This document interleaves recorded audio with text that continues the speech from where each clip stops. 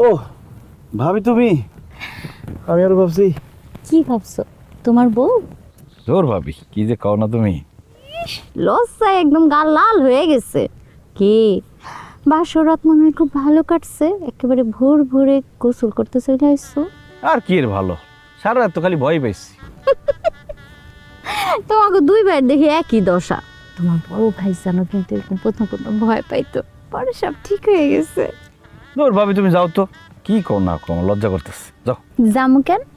আমার দেওরারে আজকে আমি নিজের হাতে সাবান দিয়ে ডইলা ডইলা গোসল করাই দিব। আসো। কি কও, তুমি আমার গোসল করে দিবা? ইস, আগে মনে হয় কোনোদিন আমি গোসল করাই দেই নাই। বউ আইতে না আইতে একেবারে সব কিছু ভুলে গেছো। রাখো, আসো।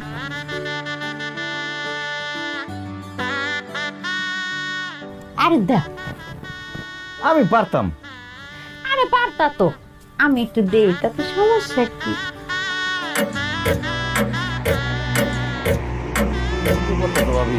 আমি তো পারতাম। আমি বউ থাকতে তুই ভাবি হইয়া আমার স্বামীর গায়ে সাবান মাখতাছস কেন? তাতে সমস্যা কি? মানে কি আমার দেওরা আমার ছোট ভাইয়ের মতো, ওরে তো আমি সাবান রাখতেই পারি। সাবান মাখাতে সমস্যা নাই, সমস্যা হইতাছে তোর নজর খারাপ, তোর চোখ খারাপ, তোর উদ্দেশ্য খারাপ। পরে আজকে পানিতে জমাবো।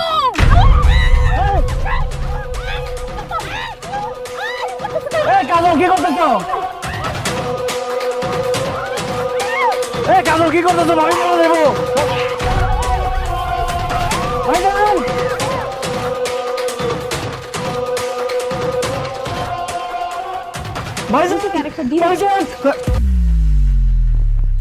কাজল, তুমি এখানে?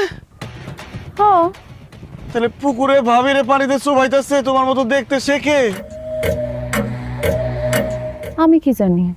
আরে কি কর, কাজল তো এইখানে, ও পুকুরে কি আরে সুমিতেছে কলি ভাবিরে